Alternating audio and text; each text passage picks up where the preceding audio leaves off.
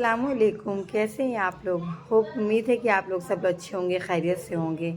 तो आज मैं आपके साथ कुछ बातें शेयर करना चाहती हूँ, छोटी छोटी हमारी ज़िंदगी की।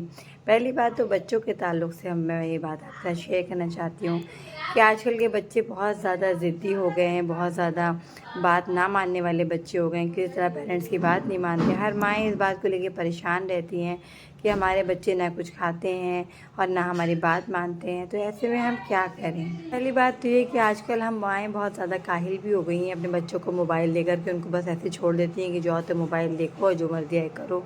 लेकिन हमें अपनी मेहनत का अंदाज़ा नहीं, हम थोड़ी भी मेहनत नहीं करना चाहते अपने बच्चों के पीछे। अगर हम अपने बच्चों को थोड़ा टाइम दें, उनको अच्छी बुरी बातें समझाएँ तो क्यों नहीं वो हमारी बात समझेंगे। क्या हम छोटे थे तो हम नहीं समझते थे अपने पेरेंट्स की बात, लेकिन हमारे पेरेंट्स का टाइम पूरा हमारे लिए होता था। मैं ये बात समझ सकती हूँ कि आजकल की मसरूफ़ और बिज़ी लाइफ बच्चों को पूरा टाइम नहीं दे सकते, और ज़ाहिर सी बात है जब वक्त के साथ साथ चीज़ें भी चेंज हो जाती हैं। तो उसमें क्या करें, अपने बच्चों को पहले अपने क़रीब करें, अपने बच्चों से समझने की कोशिश करें कि वो क्या चाह रहा है, वो क्यों ज़िद्दी क्यों हो रहा है, और कोई क्या वजह है क्यों वो बात नहीं मान रहा है। इसको जानने की कोशिश करें अपने बच्चे के अंदर। और सबसे इम्पॉर्टेंट बात तो ये है कि एक्चुअली हमें बच्चे हमारे तभी वो सब चीज़ें सीखेंगे जब हम वो चीज़ें करेंगे। अगर हम वो चीज़ें नहीं करते हैं तो बच्चे कैसे सीखेंगे? मिसाल के तौर पे जैसे एक एग्ज़ाम्पल मैं आपको देती हूँ कि हम अपने बच्चों के लिए परेशान रहते हैं कि हमारे बच्चे नमाज़ नहीं पढ़ रहे हैं। मेरे बच्चे तो भी बहुत छोटे हैं, लेकिन मैंने बहुत सारे लोगों को देखा है कि वो परेशान रहते हैं कि हमारे बच्चे नमाज़ नहीं पढ़ते, क्योंकि हम नमाज़ नहीं पढ़ते, हम नमाज़ के फॉलोवर नहीं हैं। अगर हम फॉलो करेंगे हर चीज़ को तो हमारे बच्चे भी हर चीज़ को फॉलो करेंगे।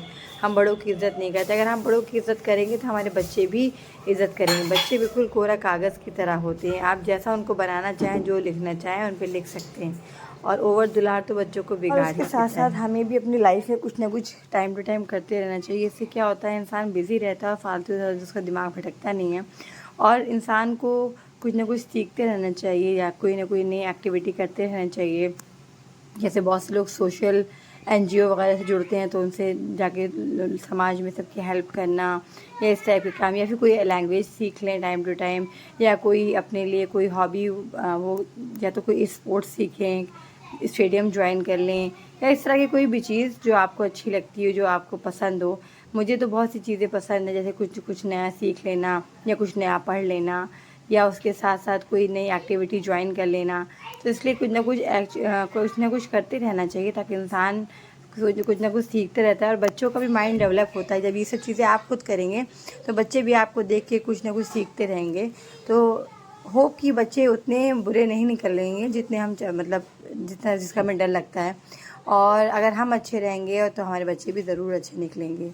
और उसके साथ साथ ये है कि हमारा टाइम आजकल ज़्यादातर टाइम मोबाइल में और टीवी में गुजरता है, तो ये तो बहुत ही बुरा है। टीवी की तो हमारे लिए बहुत ही ज़्यादा नुकसानदेह है। तो अपने आप को टीवी से बचाइए, कुछ घर की एक्टिविटी में अपने आप को बिज़ी करिए, या कहीं घूमने चले जाइए, या किसी से मिल आइए जा कर के।